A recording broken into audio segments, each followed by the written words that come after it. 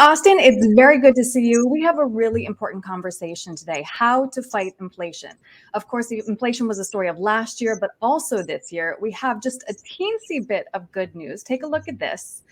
The US inflation rate dipped to 8.3% in April, marking the first slowdown in 8 months. Some experts say, though, that we are past the peak of inflation, but the upward pressures remain. So, Austin, what can I do now to save money or guard against inflation? Yeah, Aaron, I think really history shows us that one of the best things you can do to battle inflation long term is to own stocks. They Hmm. have historically provided a return that keeps up with inflation. So that's an important consideration.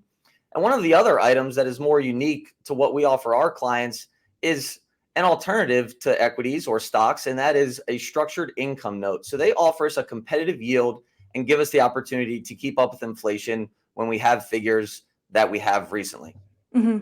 And that's something that not everybody has access to. So that really is a good option for your clients. I'm glad you brought that up.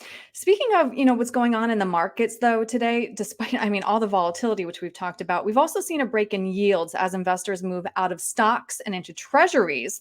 So what action should we be taking now to guard our investments against inflation?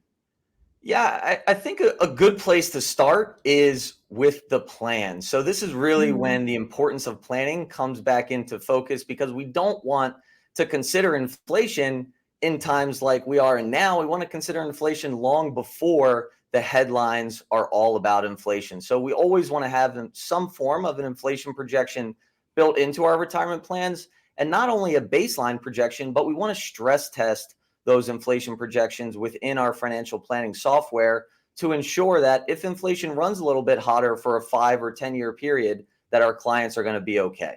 Right. So, what I'm hearing you say is that while this is top of mind to me and everybody else who's watching the news and shopping at the grocery store, this is something that you have already built into a plan for all your clients. That's exactly right. And it really now is the perfect time to understand the importance of doing that. Right. Okay. So, something else that's really important to consider, how do you think about risk then in the context of a retirement plan, including inflation risk? Yeah, so here I like to refer to one of my favorite authors and financial writers, Morgan Housel. His most popular book is The Psychology of Money, a Hmm. great read if you haven't read it already.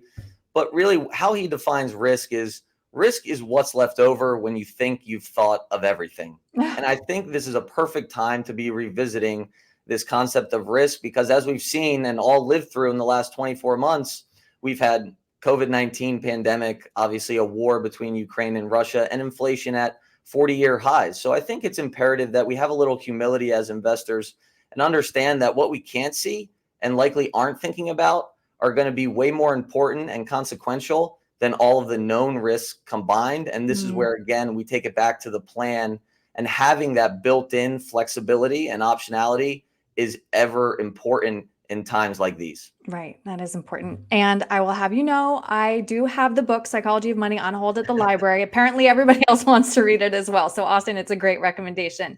If somebody has questions about everything that we've walked through today, what's the best way to reach you?